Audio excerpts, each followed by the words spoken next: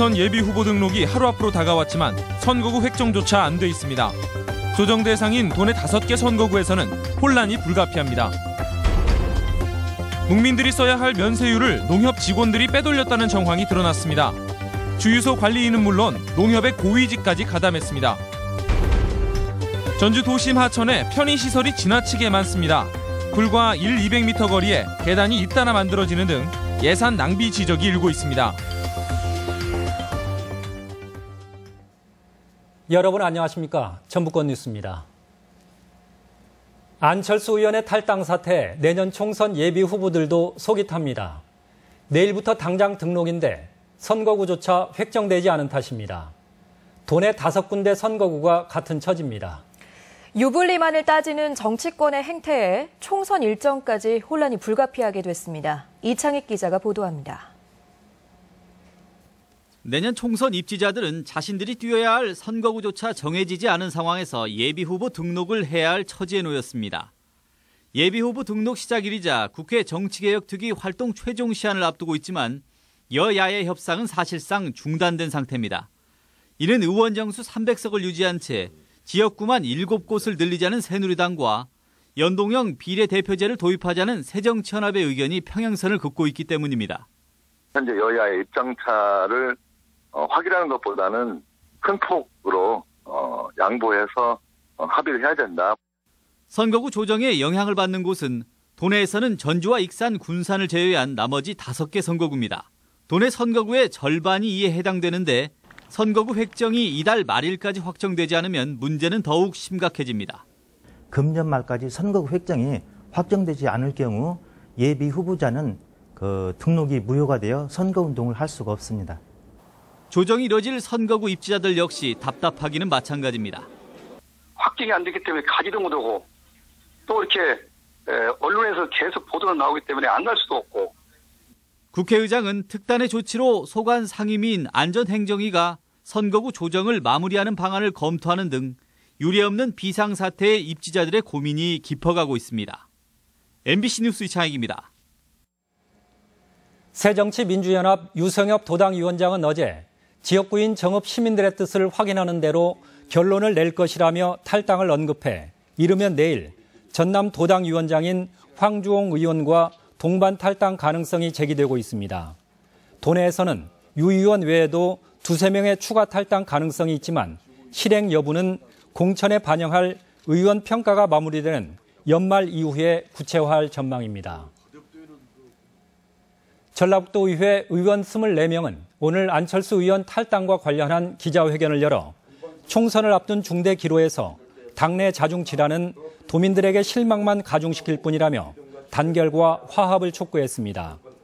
또 자리 싸움보다는 박근혜 정부와 싸워 얻어낼 것이 무엇인지 고민하고 당의 혁신에 총력을 기울일 것을 당 지도부에 주문했습니다.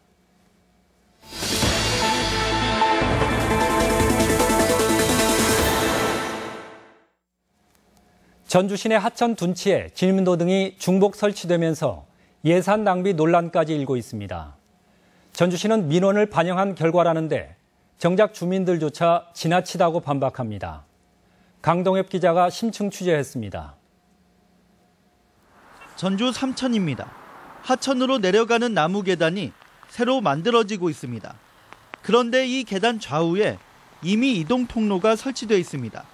왼쪽으로 130m 떨어진 곳에 오른쪽에는 300m 정도만 가면 계단이나 진입로입니다. 좀 앞뒤가 안 맞기는 하잖아요. 처음에 만들 때 여기다 만들어줬어야지 왜 저기다 만들었는가 그게 이해가 안 되더라고요. 나무 계단 하나 만드는데 4천만 원, 진입로를 신설하는 데는 무려 1억 원가량의 시예산이 들어갑니다. 문제는 이곳은 횡단보도가 없기 때문에 천변을 걷는 시민들은 횡단보도가 있는 기존 통로를 이용할 수밖에 없다는 점입니다. 바로 옆 마전교 주변입니다. 천변 산책로와 보도를 이어주는 계단과 진입로가 연달아 들어서 있습니다. 다리 너머에도 마찬가지. 마전교를 중심으로 불과 100m 안에 3개나 들어선 것으로 불과 50m밖에 떨어져 있지 않은 곳도 있습니다. 그게 있을 필요 없잖아요. 예산 낭비지 뭐 이런 건. 전주 삼천 9km에 설치된 계단이나 진입로는 모두 52개. 평균 173m마다 한 개 꼴입니다. 전주시는 인근 주민들의 요구에 따라 설치하고 있다고 밝혔습니다.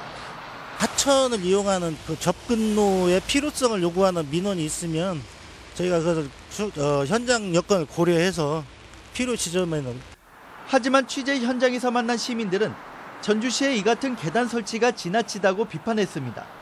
MBC 뉴스 강동엽입니다. 농협 임직원은 물론 친인척들까지 농업용 면세유를 부정 사용해오다 적발됐습니다. 면세유 부정 사용이 근절되지 않는 이유가 따로 있었던 셈입니다. 유룡 기자가 취재했습니다. 고창에 있는 한 농협 직영주유소. 농업인들이 면세로 경유나 휘발유를 구매하는 곳입니다. 이곳에서 근무했던 직원들은 농업인 외에도 면세유를 받아간 사람이 수도 없다고 밝힙니다. 기름 안 넣어준다고 면세유를 승용차에다가 그래갖고 맞고 요거도 먹고 막 그거 하면 안 돼요. 2년 징역 2년에 2천만 원인가 5천만 원 벌금이 엄청 커요. 면세유를 빼돌리는 데에는 주유소 관리인이나 농협 임직원도 예외가 아니었습니다. 주유소 관리인이 일반유를 판매한 뒤 면세유를 채워넣고 받은 돈을 가로채는 일도 있었다는 증언입니다. 시골이기 때문에 60~70%가 현금 결제예요. 면세유 빼놓고는 5만 원만 넣어줘 딱 줘. 그러면 이 부분만큼 면세유로 이걸 결제를 해버려요. 면세유 사용에 대한 관리 감독에 나서야 할 농협의 상임이사까지도 기름을 멋대로 쓰다가 경찰 조사까지 받기도 했습니다. 제가 이제 자유스럽지는 않습니다. 솔직히 말씀드리면 한 7~8년만 되었습니다. 그러자 변상을 해버렸습니다. 농협 임직원의 친인척이 승용차나 버스에 면세유를 받아가는 일도 비일비재했습니다. 면세 처리된 휘발유와 경유 가격은 650원, 시중 가격의 절반 이하에 구매할 수 있습니다. 이 농협에서만 2013년 한 해 동안 재고량과 장부 간에 일치하지 않는 금액이 1억 원이 넘습니다. 연말에 농민에게 배정된 면세유가 다 소진되지 않으면 남은 물량을 조합원과 임직원이 면세 가격으로 가져가는 일이 관행처럼 빚어졌습니다. 면세유가 이제 내일 모레면 없어지는데 없어지느니 너 좀 쓸래? 한 500리터 좀 쓸래? 그래서 줘요. 그때는 그 관행이었습니다. 어디고 관행. 전국의 농협 직영주유소는 무려 800여 군데, 농협주유소 전반에 대한 조사와 당국의 수사가 필요한 상황입니다. MBC 뉴스 유룡입니다. 익산 약촌 오거리 살인 사건은 15년이 지난 지금까지도 진범 논란이 계속되고 있습니다. 피해자도 억울한 옥살이를 주장하고 있는데요. 대법원이 오늘 재심을 결정했습니다. 보도에 김하연 기자입니다. 지난 2000년 익산 영등동에서 택시기사 42살 유모 씨가 흉기에 찔려 숨졌습니다. 경찰이 잡은 범인은 당시 16살이었던 최모 군으로 징역 10년형을 선고받았습니다. 하지만 최 군이 교도소에 있을 때 진범으로 추정되는 인물이 나타났고 경찰의 수사까지 받았지만 석연치 않은 이유로 수사는 중단됐습니다. 이후 만기 출소한 최 군은 재심을 청구했고 광주고등법원은 사건 발생 15년 만인 올해 6월 재심 개시 결정을 내렸습니다. 이에 대해 검찰이 당시 수사에 문제가 없었다며 대법원에 이의를 제기하면서 사건은 다시 묻히는 듯 했습니다. 그런데 오늘 대법원은 검찰의 재항고를 기각했습니다. 무죄로 인정할 증거가 새로 발견됐다는 이유로 광주고법이 재심을 결정한 것은 정당하다고 판단한 것입니다. 지금이라도 하루빨리 재수사를 해서 최군뿐만 아니라 그 돌아가신 피해자 그리고 유가족의 억울함을 풀어줘야죠. 대법원의 결정에 따라 광주고등법원은 제1형사부에서 재판을 진행할 예정입니다. 제1형사부는 대법원에서 기록이 송부되는 대로 기록을 검토한 후에 신속히 기일을 지정하여 판결을 선고할 예정입니다. 황산 테러로 숨진 태완이법이 시행돼 공소시효가 없어진 상황이어서 억울한 옥살이를 했다는 최 군의 주장이 법원의 재심에서 받아들여질지 주목됩니다. MBC 뉴스 김하연입니다. 전라북도는 이현숙 옛 통합진보당 비례대표 도의원의 의원직 지위를 인정한 판결에 불복해 지난 7일 검찰의 지휘를 받아 법원에 항소했다고 밝혔습니다. 전주지방법원은 지난달 이현숙 의원이 제기한 지위 확인 소송에서 헌법재판소의 통진당 해산 결정에 따른 비례대표 지방의원의 의원직 상실은 부당하다며 이 의원의 손을 들어줬습니다. 전라북도의회는 내년도 전라북도 예산으로 전북연구원 출연금 1억 3천만 원 등 105건에 185억 원을 삭감한 5조 2,495억 원을, 전북교육청은 43건에 180억 원을 줄인 2조 6,882억 원을 통과시켰습니다. 도의회는 누리과정 예산 미편성에 따른 피해를 줄이도록 주문하고 삭감된 교육청 예산은 누리과정에 활용하도록 권고했습니다. 농촌진흥청은 지난해 서해안 폭설로 인삼밭 피해가 막대했다고 밝히고 올해도 폭설과 한파가 예상되는 만큼 여름용 해가림망을 미리 걷거나 중간중간 해가림막을 해체해 연쇄 붕괴 피해를 예방해야 한다고 밝혔습니다. 또 물빠짐이 좋지 않은 곳은 인삼 뿌리가 썩거나 2차 병해가 발생한다며 두둑과 고랑의 배수 관리를 당부했습니다. 이남호 전북대 총장은 대학의 위상 상승과 정부 재정 지원 유치 성과와 더불어 대학과 지역 간의 소통을 통해 성숙한 대학으로 도약하기 위한 기반을 닦았다며 취임 1년을 평가했습니다. 이 총장은 또 모범생을 넘어 모험생을 키우는 대학이라는 구호에 맞게 인재 양성 프로그램을 더욱 내실 있게 추진하겠다고 말했습니다. 연말을 맞아 전주 MBC에서도 2016 희망 나눔 성금을 접수받고 있습니다. 많은 분들이 정성을 보내주고 계신데요. 오늘부터 소개해드리겠습니다. 먼저 정석케미칼 김용현 대표이사 외 임직원들께서 748만 5천 원을 보내주셨습니다. 김제시 교월동 리문마을에서 100만 원, 남원시 죽항동 장문영님께서 100만 원을 보내주셨습니다. 성금을 보내주신 분들께 감사드립니다. 이어서 오늘의 간추린 소식 전해드립니다. 전라북도가 지방세 고액 상습 체납자 60명을 도와 시군 홈페이지에 공개했습니다. 공개된 개인 최고 체납자는 자동차세 등 5억 6천만 원을, 법인은 취득세 3억 800만 원을 체납했습니다. 전북교육청이 시설 분야와 운동부 운영에 대해 청렴도를 높이는 방안을 찾기로 했습니다. 문제가 자주 발생하는 운동부에 대해서는 해체 가능성도 제기하는 등 강한 대응책이 예상됩니다.